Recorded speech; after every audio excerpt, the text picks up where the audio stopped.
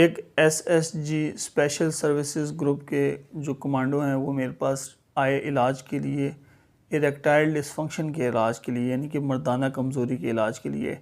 ये बड़ी एक अनकॉमन बात है कि एक बंदा जो फ़िटनेस के एक आला क्वालिटी के लेवल पे होता है, यानी कि जो एसएसजी कमांडोज़ होते हैं जो पाकिस्तान आर्मी के होते हैं, इनकी ट्रेनिंग बड़ी टफ़ होती है। ये इनकी फ़िज़िकल एक्टिविटी बहुत ज़्यादा होती है। ये फ़जूल इतनी कोई जंक फूड नहीं खाते। इन्होंने अपनी वेट और अपना मोटापा ये सब कुछ मेंटेन करके चलना होता है, अपनी हेल्थ मेंटेन करके चलनी होती है। इन्होंने शुगर से बचना होता है, ब्लड प्रेशर से बचना होता है, कोलेस्ट्रॉल से बचना होता है।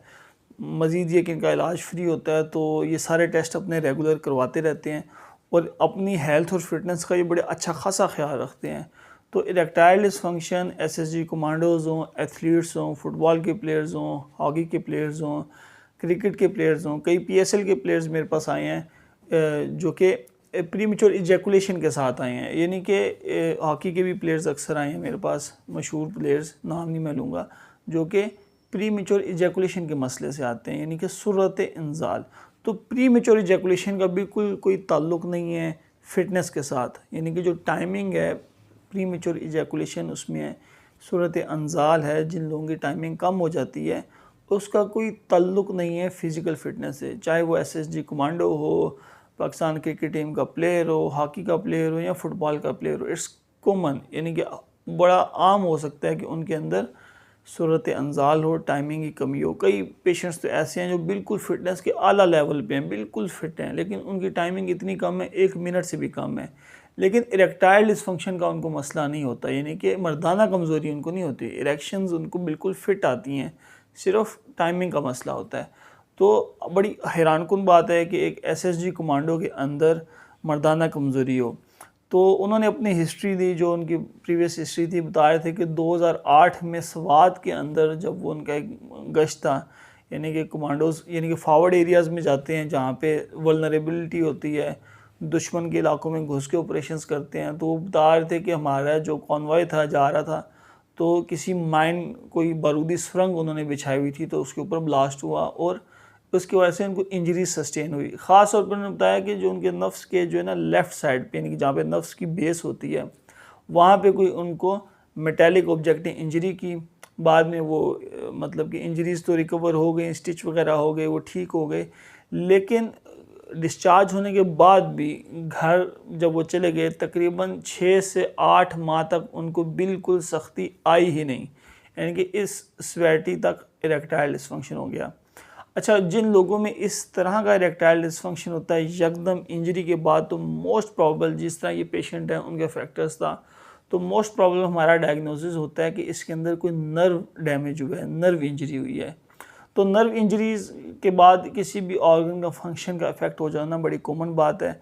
मिसाल के तौर पे अक्सर लोगों के एक्सीडेंट्स होते हैं, एक्सीडेंट्स के अंदर उनकी नर्व इंजरीज़ हो जाती हैं, या जो इंडस्ट्री में काम करते हैं, फैक्ट्रीज़ में काम करते हैं, उनका कोई बाजू कट जाए, हाथ कट जाए, किसी जगह पे इंजरी हो, और अगर नर्व इंजरी हो जाए, नसें डैमेज हो जाएँ, नसें कट जाएँ, तो हाथों की मूवमेंट, उंगलियों की मूवमेंट, अंगूठे की मूवमेंट किसी भी लेवल पे वो ख़राब हो सकती है।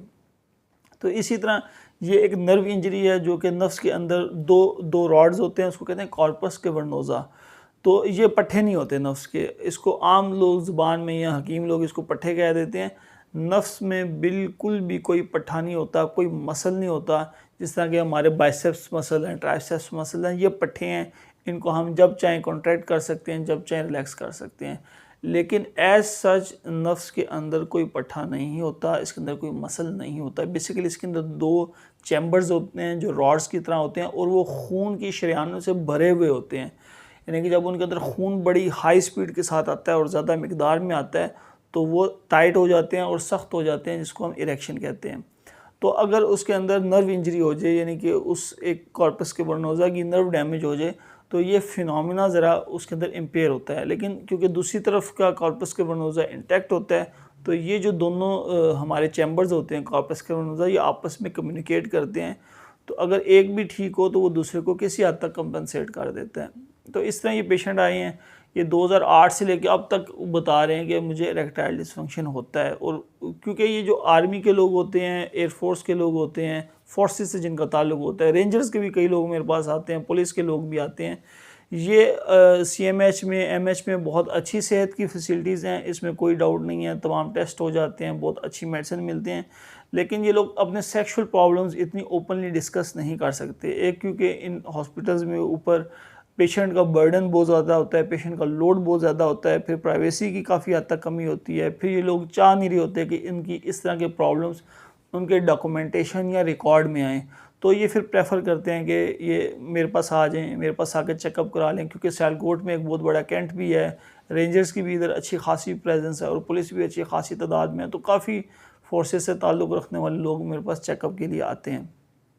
तो इसमें प्राइवेसी चाहिए होती है। एक मरीज़ को 40 से 45 मिनट बैठ के सुनना पड़ता है, उसकी बात को डेप्थ में समझना पड़ता है, फिर जाके इसकी प्रॉपर एक तशख़ीस हो पाती है कि ये प्रॉब्लम्स क्यों हो रहे हैं और इसका हमने इलाज किस तरह से करना है। तो ये 5-6 मिनट के अंदर ये नहीं हो सकता और कंप्लीट प्राइवेसी चाहिए होती है, मरीज़ की मुकम्मल राज़दारी चाहिए होती है, ताकि फ्यूचर में उसकी किसी रिकॉर्ड में ये चीज़ ना आ जाए, किसी डॉक्यूमेंटेशन में ये चीज़ ना आ जाए। तो काफ़ी लोग मेरे पास इसलिए इलाज के लिए आते हैं जिनको सेक्सुअली ट्रांसमिटेड डिजीज़ होती हैं या जो इधर उधर परवर्टेड होते हैं, मुख्तलिफ आवारा औरतों के साथ मिलाप कर लेते हैं, फिर उनको बीमारियां लग जाती हैं, तो वो भी मेरे पास आते हैं ताकि उनकी किसी डॉक्यूमेंटेशन में सरकारी अस्पताल में जाएंगे या MH CMH में जाएंगे तो वो डॉक्यूमेंट्स में रिकॉर्ड में वो चीज़ें आ जाती हैं, तो वो डरते भी हैं इस चीज़ से, वैसे भी शाय फील करते हैं, हिचकिचाते हैं। तो मेरे पास प्राइवेसी का बड़ा अच्छा इंतज़ाम होता है। 40 से 45 मिनट तफसील से मैं बात सुनता हूँ और उसके मुताबिक डायग्नोसिस पे पहुँच के फिर ट्रीटमेंट करता हूँ, तो इसलिए काफ़ी लोग मेरे पास इलाज के लिए आते हैं। तो इसी तरह ये पेशेंट थे, तो अब इनकी नर्व इंजरी थी, तो अब नर्व इंजरी मैंने कहा है कि अक्सर पेशेंट्स में हो जाती है एक्सीडेंट के बाद या कोई कट लगने के बाद। जिस तरह फैक्ट्री वाले लोगों में बड़ा कोई कट लग गया, कोई नस कटी गई, तो उंगलियां या हाथ या पैर ये उसके अंदर मूवमेंट ख़त्म हो जाती है। तो इसी तरह इनको भी नर्व इंजरी हो गई। अब जो नर्व इंजरी होती है ना, अक्सर मिसाल के तौर पे थायराइड का ऑपरेशन किया जाता है, तो उसमें भी एक नर्व होती है रिकरेंट लेरिंजियल नर्व, तो उसकी इंजरी हो जाती है। लेकिन ये जो इंजरीज़ होती है नर्व इंजरीज़, ये नर्व रीग्रो कर सकती है। नर्व के जो एक्सॉन्स हैं वो रीग्रो कर सकते हैं और इसकी ग्रोथ को जो एक हमारा विटामिन जो है बहुत ज़्यादा हेल्प करता है, वो है विटामिन B12। तो ऐसा कोई भी पेशेंट जिसको नर्व इंजरी है, चाहे उसको पुडेंडल नर्व की इंजरी है, जिसकी वजह से उसको मर्दाना कमज़ोरी हो रही है, इरेक्टाइल डिसफंक्शन हो रहा है, या कोई ऐसा नर्व है जिसकी थायराइडेक्टमी हुई है, यानी कि थायराइड का ऑपरेशन हुआ है, उसके बाद उसे बोला नहीं जा रहा, उसकी आवाज़ हमें हॉर्सनेस पैदा हो चुकी है, उसकी आवाज़ ठीक नहीं है, और या कोई ऐसा पेशेंट हो जिसकी एक्सीडेंट हुआ है या फैक्ट्री के अंदर कोई नस कट गई है, कोई कट बड़ा लगने की वजह से, तो ऐसे तमाम लोगों को मैं कहता हूँ विटामिन B12 लें और लंबे अरसे के लिए लें। और लंबे से मुराद है मेरी सालों साल। और विटामिन B12 की प्रॉपर डोज लें। इसकी जो प्रॉपर डोज़ है वो है एटलीस्ट 2 मिलीग्राम, यानी कि 2000 माइक्रोग्राम। और ये मैकोबालामीन के नाम से आती है। लोग इसमें यही गलती करते हैं कि प्रॉपर डोज नहीं लेते और लंबे अरसे के लिए नहीं लेते। 500 माइक्रोग्राम एक दिन में एक गोली ले लेंगे और 15-20 दिन बाद समझेंगे कि इसका रिज़ल्ट आ जाएगा। नहीं, ये आपने साल गोली खानी है ताकि इसमें नर्व्स की मुकम्मल रिकवरी, स्पीडी रिकवरी आ जाए। तो इस पेशेंट को भी मैंने इसी तरह विटामिन B12 शुरू कराया, मैकोबालामीन शुरू कराया लंबे अरसे के लिए, और अल्हम्दुलिल्लाह उनके अंदर इरेक्टाइल डिसफंक्शन का मसला काफ़ी हद तक बेहतर है। वो इस सस्पिशन के साथ कि इंशाअल्लाह अज़्ज़ व जल उनकी नर्व इंजरी रिकवर हो रही है। लेकिन कहने का मकसद यह है कि जो ये नर्व इंजरी एक्सीडेंट की वजह से इस पेशेंट में पुडेंडल नर्व की इंजरी हुई है, जिसकी वजह से इनको मर्दाना कमज़ोरी हो गई है, तो इसी किस्म की नर्व इंजरी, बल्कि दोनों तरफ की नर्व इंजरी, बल्कि पूरे जिस्म की नर्व इंजरी एक और बीमारी में भी होती है, उसको कहते हैं न्यूरोपैथी। और न्यूरोपैथी में सबसे आम जो न्यूरोपैथी है वो है डायबिटिक न्यूरोपैथी, यानी कि वो न्यूरोपैथी जो शुगर के मरीज़ों में होती है। तो शुगर कैसे, जो भी मरीज़ जिनको HbA1c 9 या 9 से ऊपर है, तो उनको डेफिनेटली उनको मर्दाना कमज़ोरी होती है। और अगर कोई ऐसा पेशेंट है जिसको 9 या 9 से ऊपर HbA1c है और इस वक्त उसको मर्दाना कमज़ोरी नहीं है, तो वो अपना फ़ौरन इलाज करवाए। अगर वो इलाज नहीं करवाएगा तो 2 से 3 सालों में उसको मर्दाना कमज़ोरी हो जाएगी। तो मैं जब पेशेंट्स का इलाज करता हूँ तो मैं शुगर का भी इलाज करता हूँ, मैं कोलेस्ट्रॉल का भी इलाज करता हूँ, मैं मोटापे का भी इलाज करता हूँ, मैं यूरिक एसिड का भी इलाज करता हूँ और फैटी लीवर का भी इलाज करता हूँ, क्योंकि ये सारी चीज़ें जो हैं ना मर्दाना कमज़ोरी के साथ लिंक्ड हैं। तो मैं सिर्फ ये लेबॉर्ट्री की रिपोर्ट्स का नहीं इलाज कर रहा होता, मैं एक इंसान का एज अ वोल इलाज कर रहा होता हूँ ताकि उसके अंदर रिकवरी हो। और रिकवरी की इस सूरत में पहली अलामत होती है कि एक मरीज़ को इरेक्शंस आना शुरू हो जाती हैं अर्ली मॉर्निंग, सुबह फजर के टाइम, तहज्जुद के टाइम जब उठते वक्त होते हैं तो सख्ती आना शुरू हो जाती है। ये इस चीज़ की अलामत है कि बंदा रिकवर हो रहा है। और इसी तरह स्टिमुलस के ऊपर भी उनको पहले से ज़्यादा इरेक्शंस आना शुरू हो जाती हैं, तो ये इसका मतलब होता है कि रिकवरी पेशेंट्स कर रहे हैं। तो इसी तरह ये जो भी पेशेंट्स हैं जिनको शुगर है, ब्लड प्रेशर है, इस तरह उनको फैटी लिवर का मसला है, तो वो आए मेरे पास, साथ मर्दाना कमज़ोरी है, तो एज अ वोल सारी बीमारियां एज अ वोल लेके चलेंगे और टोटल इलाज करेंगे। इसी तरह वेट लॉस का हमारा बड़ा अच्छा प्रोग्राम है। 1 से 2 महीने के अंदर अंदर 10 से 20 किलो वज़न लूज़ करें, क्योंकि वेट लॉस बड़ा इंपॉर्टेंट है। कई लोगों के अंदर बरिड पीनेस हो जाती है, यानी कि नफ्स जो होता है ना उनकी चर्बी के अंदर धंस जाता है और वो कहते हैं डॉक्टर साहब हमारा नफ्स छोटा हो गया। वो छोटा नहीं होता, बेसिकली वो चर्बी के अंदर धंसा होता है।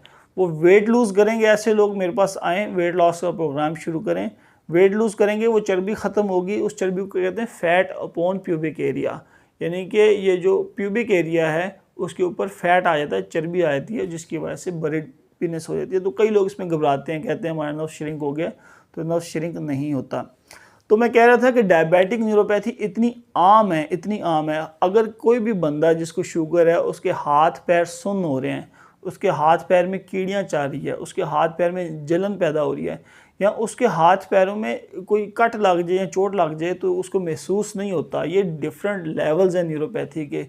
तो अक्सर आपने सुना होगा कि एक पेशेंट है, मरीज़ है, उसके पाँव में कांच लग गया या उसके पाँव में कील चुभ गया, शुगर थी उसको महसूस ही नहीं हुआ, उसका पाँव के अंदर इन्फेक्शन बढ़ता पाँव काटना पड़ गया।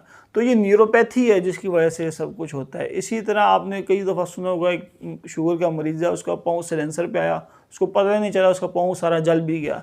तो ये न्यूरोपैथी है।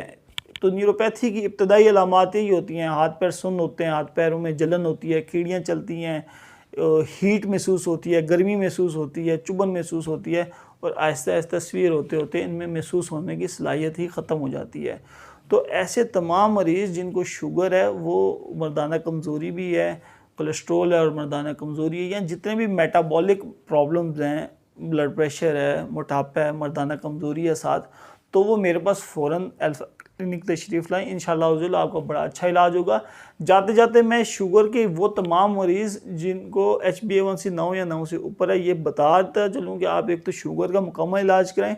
और एक मिस्टेक करते हैं, डॉक्टर्स भी बहुत मिस्टेक करते हैं कि वो सिर्फ शुगर कंट्रोल की तरफ ध्यान दे रहे होते हैं, इस न्यूरोपैथी की तरफ ध्यान नहीं देते कि जो शुगर के मरीज़ों को चल रही होती है। तो ऐसे तमाम मरीज़ जो मेरे पास नहीं भी आ सकते, मेरा ये पैगाम सुन लें कि आपने मेकोबालामीन 2 मिलीग्राम यानी कि 2000 माइक्रोग्राम डेली लेना है और साल लेना है, यानी कि 1, 2, 3, 4 पूरी ज़िंदगी लेना है ये मेकोबालामीन विटामिन B12, ताकि आपको किसी भी किस्म की न्यूरोपैथी ना हो। इसमें एक अलामत मर्दाना कमज़ोरी है, एक अलामत मैंने बता दिया कि हाथों और पैरों का सुन्न हो जाना, कीड़ियाँ चलना, हाथ पैरों का गर्मी महसूस होना, और इसके अंदर जैसे पट्ठों की खिंचाव और थकावट होती है जो शुगर के मरीज़ों को है, तो ये भी उस न्यूरोपैथी की अलामत है। तो जितने भी लोग हैं जिनको ये न्यूरोपैथी है, शुगर है, वो विटामिन B12 यानी कि मेकोबालामीन हाई डोज में लें, 2 मिलीग्राम की डोज में लें, डेली लें। और एक गोली जो होती है विटामिन B12 की जो मार्केट में होती है वो 500 माइक्रोग्राम की होती है, यानी कि ये बनता है 0.5 मिलीग्राम। तो ये 4 गोलियां लेंगे तो फिर 2 मिलीग्राम पूरा होगा, और साल लेंगे। अल्हम्दुलिल्लाह जितने भी शुगर के मरीज़ आते हैं मेरे पास इरेक्टाइल डिस्फंक्शन के साथ, मर्दाना कमज़ोरी के साथ, उन सबको एक गोली शुरू करता हूँ, और 3-4 महीने बाद वो ख़ुद कहते हैं डॉक्टर साहब ना सिर्फ हमारी मर्दाना कमज़ोरी ठीक हो गई है, बल्कि अब जो हमारे हाथ पैर सुन्न होते थे वो भी ठीक हो गए, और हमारे जो पट्ठों में खिंचाव होता था, कमज़ोरी फील होती थी, अब हम बिल्कुल फ्रेश फील करते हैं और बहुत एक्टिव हैं। तो इस किस्म की न्यूरोपैथी और नर्व इंजरी से आपने बचना है, जो कि आप अपने आप को खुद करवा रहे हैं। एक नहीं, दो नहीं, लाखों और करोड़ों लोग इस न्यूरोपैथी यानी कि डायबिटिक न्यूरोपैथी, जिसके अंदर नर्व इंजरी हो जाती है, और नर्व्स के केस में पोडेंडल नर्व की इंजरी हो जाती है, यानी कि पोडेंडल नर्व में न्यूरोपैथी हो जाती है, और उससे मर्दाना कमज़ोरी हो जाती है। इससे आप बच सकते हैं।